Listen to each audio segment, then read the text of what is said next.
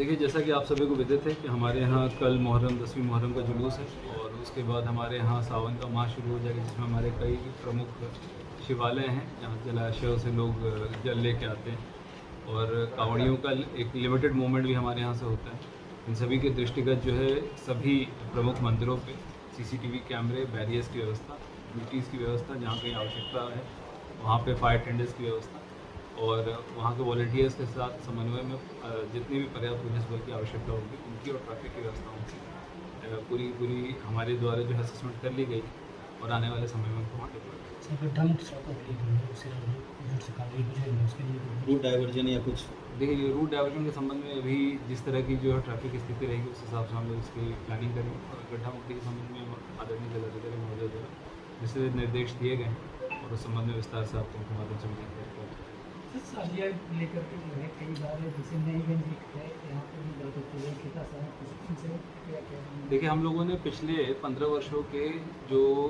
23 hotspot हैं जहाँ पे पूर्व में विवाद हुए हैं या किसी प्रकार की संवेदनशीलता रही है उनको चिन्हित करते हुए वहाँ पर अतिरिक्त ड्यूटियाँ लगाई गई। इस बार हम लोग जनपद में 11 ड्रोन कैमरों के माध्यम से निगरानी करने वाले हैं, साथ में सीसीटीवी कैमरे और हैंडहेल्ड कैमरों के माध्यम से भी पूरे प्रोसेशन का वो करेंगे। जहाँ जहाँ पे हमारी संवेदनशीलता है वहाँ स्थानीय रूप से भी पीस कमेटी की बैठकें, छोटी बैठकें उन जगहों स्पेसिफिक और वहाँ के लोगों के साथ की गई। तो ये सारी हमारी तैयारी की गई है और यहाँ पे हमारे स्तर पे एक सेंट्रल कंट्रोल रूम, हमारे जो DCR का कंट्रोल रूम उसके माध्यम से और सीसीटीवी कैमरों की फीड के माध्यम से भी निगरानी की जा रही है। अभी तक सभी जगह से सौहार्दपूर्ण तरीके से त्यौहार की बात निकल कर रही है और अगर कहीं पे भी हमें इस प्रकार का कोई फीडबैक मिलेगा तो कठोर कार्रवाई। कांवड़ यात्रा के दौरान जो दुकानों के लिए गाइडलाइन जारी की गई सरकार के साथ,